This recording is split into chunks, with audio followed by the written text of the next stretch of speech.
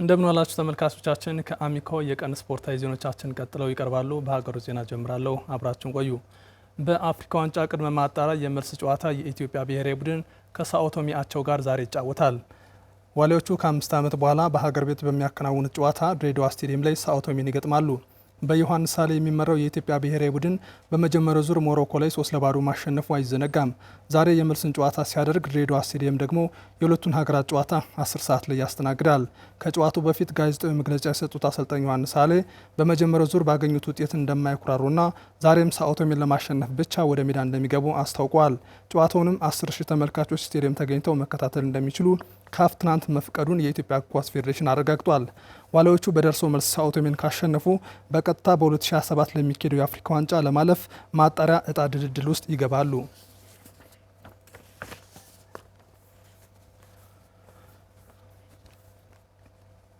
የኢትዮጵያ እግር ኳስ ተጫዋቾች የአመጋገብ ግንዛቤ ማነስና የስልጠና መንገድ በአካል ብቃት ላይ ተጽዕኖ እየፈጠረ መሆኑ ተነገረ። በተጨማሪም ልቅ የሆነ የማህበራዊ ሚዲያ አጠቃቀም አካላዊ ብቃታቸው እንዲወርድ ምክንያት መሆኑን ዶክተር ዳንኤል ክብረት ተናግሯል። ዳናይሴ ተጨማሪለት Today we're stepping onto the training ground to focus on what truly powers your performance over the course of 90 minutes. አንድ ፕሮፌሽናል እግር ኳስ ተጫዋች በጨዋታ ያለ ድካም 10 ኪሎ ሜትር ከሸፈነ በተገቢ ጊዜ ከዘለለ ከተስፈነጠረና በፍጥነት አቅጣጫ መቀየር ከቻለ እንዲሁም በትኩረት ከተጫወተ አካላዊ ብቃት ወይንም ደግሞ ፊዚካል ፊት ነው ተብሎ ይገለጻል።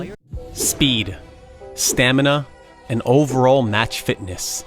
በኢትዮጵያ በሚወደደው የእግር ኳስ ስፖርት በኢትዮጵያ ፕሪሚየር ሊግ ላይ የሚጫወቱ ተጫዋቾች በጨዋታው ማገባደጃ በአማካኝ ከ60 እስከ 70 ደቂቃ አካባቢ አብዛኞቹ ተጫዋቾች የድካም ስሜት ይታይባቸዋል። ለዚህም ማሳያዎቹ ደግሞ ልክ እንደ መጀመሪያው የጨዋታ አጋማሽ እንቅስቃሴያቸው አለመቀጠል፣ በድካም ምክንያት ጥፋት ለመስራት መዳረግና ግብ ማስቆጠር ላይ መቸገር በሊጉ በጉልህ ይታያል። ምናልባት ሰላም ጎል በነገራችን ላይ ከ60 ከ70ኛው ደቂቃ በኋላ የሚመጣ ድካም የኒውትሪሽን አንዱ መገለጫ ነው። የአመጋገብና የማገገም ችግር፣ የትሬኒንግ ጫና የመመጠን ችግርም አለ። በነገራችን ላይ እንግዲህ ውድድር 3 ቀን ሲቀረው ቴፐሪንግ ይባላል። ቴፐሪንግ ኢን ሴንስ ልምምድ እየቀነሰ ነው የሚመጣው። ምክንያቱም በቂ ኃይል እንዲያጠራቅሙ እድል መስጠት ያስፈልጋል።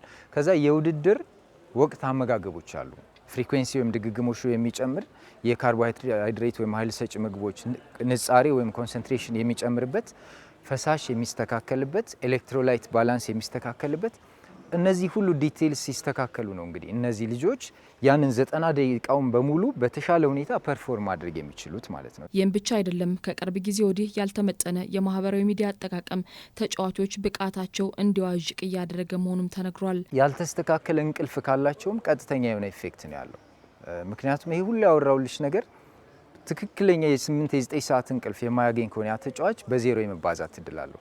አሁን ላይ ደግሞ እንደምንረዳው የኛ ሀገር በአብዛኛው ስፖርተኞች ስልካቸው ጋር ያላቸው ቁርኝት በጣም ከፍተኛ እየሆነ መጥቷል።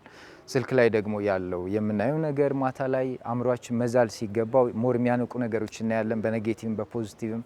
ከዛ ውጭ ከስልኩ የሚወጣው ብሉ ላይት ደግሞ ባዮሎጂካል ክሎካችን ስለሚቀይር ኳሊቲ ኦፍ ስሊፕ ወይም የእንቅልፋችን ጥራት አፌክት ያደርገዋል ወይም ያበላሽብናል። ተጫዋቾች በአካል ብቃት ብቁ ሆነው ወንዝ ተሻግረው በመጫወት ህልማቸውን እንዲኖሩ ምን መደረግ አለበት? ዶክተሩ መልስ አላቸው። ብዙ ጊዜ ክለቦች የሚቆጣጠሩ ተጫዋቹ ይጠጣሉ ወይ የሆነ መጥፎ ነገር ያደርጋሉ ወይ ነው የሚለውን የሚቆጣጠሩት።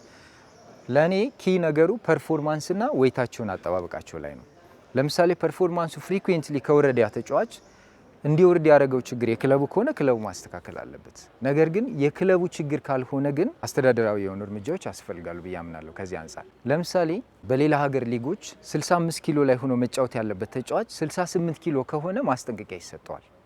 ካላስተካከለ ይቀጣል፣ ደሞዙ ሊቀጣ ይችላል፣ ከክለብ ሊባረር ይችላል።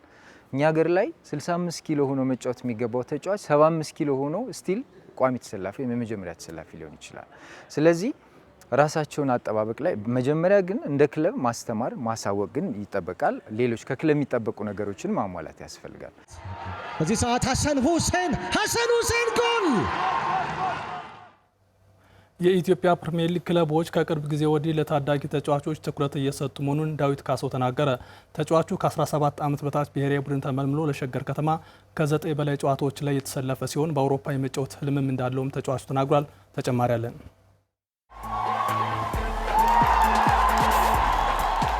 የወቅቱ የኢትዮጵያ ከ17 ዓመት በታች ብሔራዊ ቡድን ተጫዋች ነው። በክለብ ደረጃም ለሸገር ከተማ እየተጫወተ ይገኛል። ዳዊት ካሳው ከ4 ወራት በፊት ኢትዮጵያ ባስተናገደችው የሴካፋ ዞን ከ17 ዓመት በታች የአፍሪካ ዋንጫ ማጣሪያ ውድድር ድንቅ አቅሙን ማሳየቱን ተከትሎ ለሸገር ከተማ ፊርማውን ያኖረው ዳዊት በአጭር ጊዜም ከአካዳሚ ወጥቶ የፕሪሚየር ሊግ ተጫዋች አሁን ላይ ሆኗል። ታዲያ ወጣቱን አጥቂ ፕሪሚየር ሊጉን እንዴት አገኘኸው ስንል ጠየቅ ነው።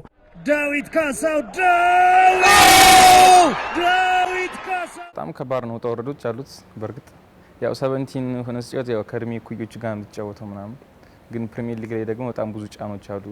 በጣም አግሬሲቭነት አለ። እንደገና ደግሞ ያው በአይምሮ ነው የምትጫወተው ፕሪሚየር ሊግ ላይ ያው ትንሽ ጫና አለው ብዬ አስባለሁ። ፕሪሚየር ሊግ ዳዊት ካሳው እየተጫወተበት በሚገኘው ክለቡ ሸገር ከተማም በቂ የመጫወት እድል እየተሰጠ መሆኑን ነው የነገረን። በሸገር ከተማ ያው ለወጣት ተጫዋች ተደርጎ የማይታወቅ ከ17 ወደ ዋናው ቲም አድገናል እና እንደዚህ አይነት እድል ተገኝቶ አይታወቅም እስካሁን ከስንት አንድ ነው እና ደግሞ በጣም ብዙ እድሎችንም እየሰጡን ይገኛሉ።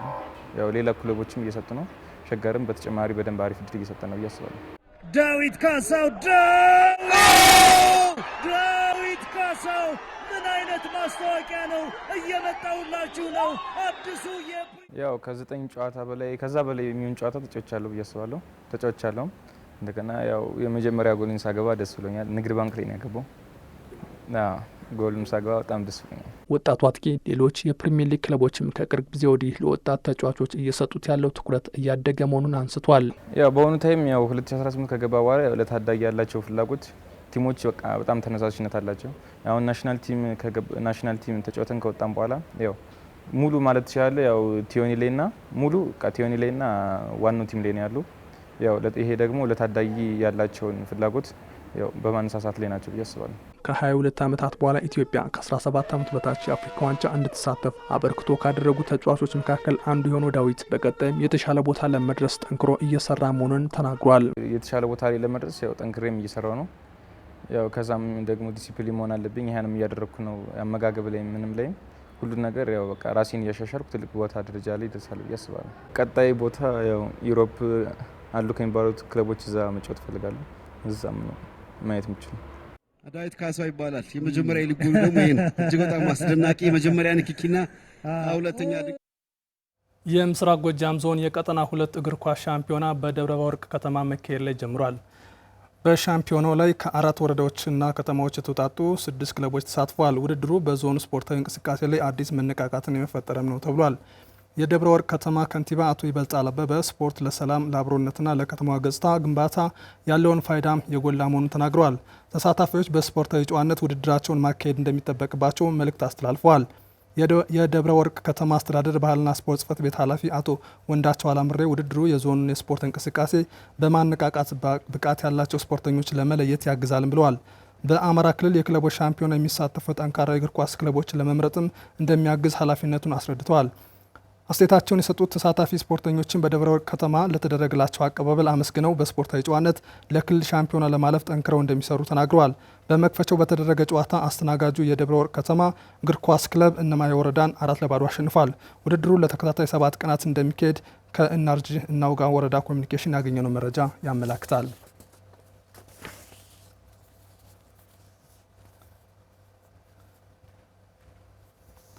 ጋና የብሔራዊ ቡድን አሰልጣኟን አቱ አዱን አሰናበተች።